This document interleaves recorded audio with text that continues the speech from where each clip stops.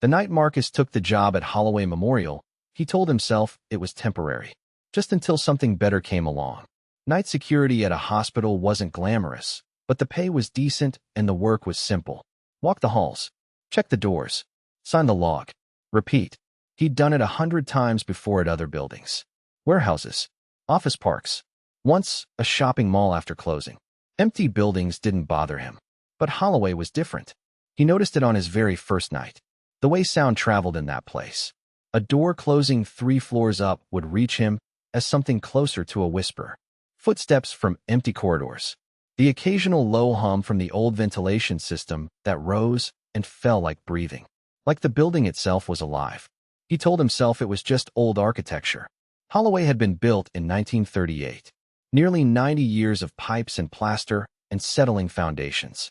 Old buildings made noise. That was normal. What wasn't normal was room 412. He discovered it on his 3rd week.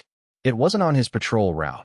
The 4th floor had been closed for renovation for the better part of a year, sealed off behind a plastic curtain and a chain-link partition. But one night, walking the 3rd floor hallway below it, he heard something. Tapping. Slow and deliberate.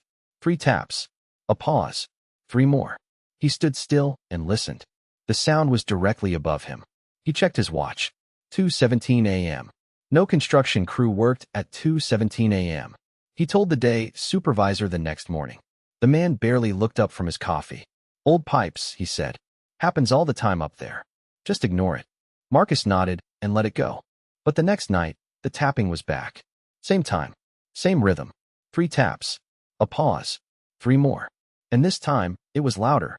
On the 5th night of hearing it, he made a decision he'd later wish he hadn't. He moved the chain-link partition just enough to slip through, clicked on his flashlight, and took the stairwell up to the 4th floor. The renovation had barely started.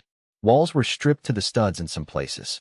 Drop ceilings had been torn out, leaving a tangle of wires and old ductwork hanging overhead. The floor was concrete, dusty, marked with the dried boot prints of workers who hadn't been there in weeks. He walked slowly, sweeping the flashlight from side to side. Room 412 was at the end of the hall. The door was closed. And unlike every other door on that floor, propped open or hanging off hinges, this one looked sealed. Like someone had taken care to close it properly. He stood outside it for a long moment, listening. Silence. Then, very softly, 3 taps. From the other side of the door. His hand was on the handle before he even made the decision to reach for it. He pushed the door open. The room was empty. Just a bare floor, bare walls, a single window with a cracked pane looking out over the parking lot below.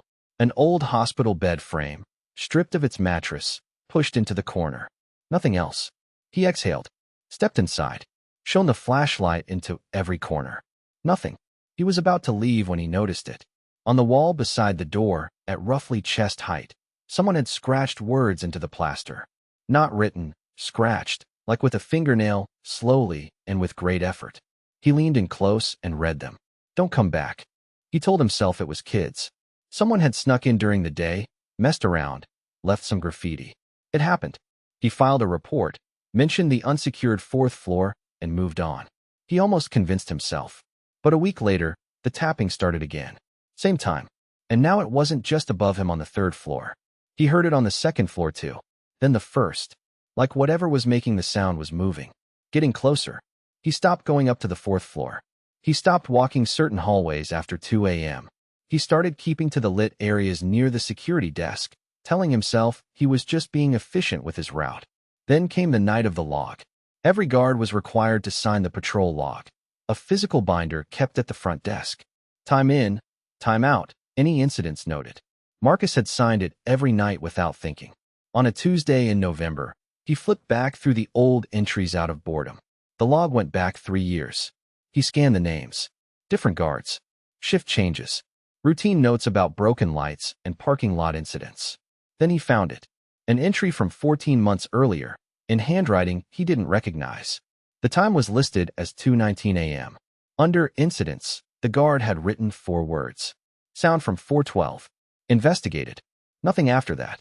The next entry was from a different guard, 2 days later. Marcus flipped to the staff records folder kept beside the binder. He found the guard's name from that entry. Cross-referenced it with the schedule. That was the man's last shift. According to the records, He'd called in sick the next day. And the day after. After a week of no contact, the hospital had marked him as having abandoned his position. No one had heard from him since. Marcus handed in his resignation the next morning. He didn't give a reason. Didn't mention the tapping, or room 412, or the scratched words on the wall, or the guard who vanished 14 months ago after writing 2 words in a log at 2:19 in the morning. He just left. That was 8 months ago. He still doesn't sleep well. Not because of what he saw in that room. He saw nothing. That was the thing. An empty room with words on a wall. What keeps him awake is something smaller. Something he noticed only after he got home that last night and was emptying his pockets. His patrol log signature from that evening. The time he'd written next to his name, without even thinking about it. 2:17 a.m. The exact same time the tapping always started. He still doesn't know what that means. He's not sure he wants to.